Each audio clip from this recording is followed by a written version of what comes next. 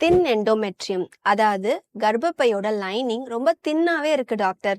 இதனால எனக்கு நார்மலாவும் கன்சீவ் ஆக முடியல, ஐவிஎஃப்லயும் ஃபெயிலியர் ஆயிருக்கு. இந்த மாதிரி நிறைய பேர் என்கிட்ட வருவாங்க.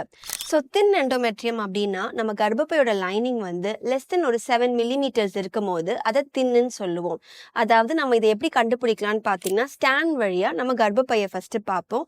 அதோட லைனிங் ட்ரிபிள் லைன் சொல்லக்கூடிய 3 லைன்களா தெரியும். அதோட திக்னஸ் மெஷர் பண்ணும் போது ஒரு ஐடியலா ஒரு 7.5க்கு மேல இருந்ததுன்னா அது நல்ல திக்னஸ்ன்னு சொல்லுவோம்.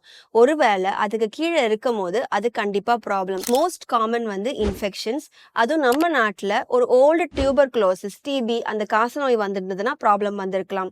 இரண்டாவது பார்த்தீங்கன்னா, ப்ரீவியஸா அதாவது ஒரு சர்ஜரி பண்ணியிருக்கலாம், அதாவது கட்டி ரிமூவ் பண்ணியிருக்கலாம், இல்லாட்டி ரிப்பீட்டடாக அவங்களுக்கு அபார்ஷன் ஆகி டிஎன்சி ஆயிருக்கலாம். இந்த மாதிரி சமயத்தில் அவங்களோட கர்ப்பப்பை லைனிங் டேமேஜ் ஆகி தின்னாவே இருக்கலாம். மூன்றாவது பார்த்தீங்கன்னா, ப்ரீவியஸா ஒரு சில பேருக்கு காப்பரேட் யூஸ் பண்றது வழியா பெல்விக் இன்ஃபெக்ஷன் சொல்லுவோம்.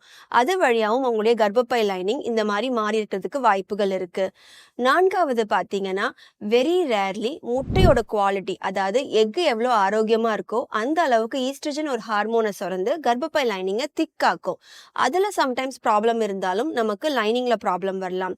என்னோட அடுத்த வீடியோஸ்ல நான் அந்த தின் எண்டோமெட்ரியம்க்கு என்னென்ன ட்ரீட்மெண்ட்ஸ் இருக்குன்னு கட்டாயமா சொல்றேன்.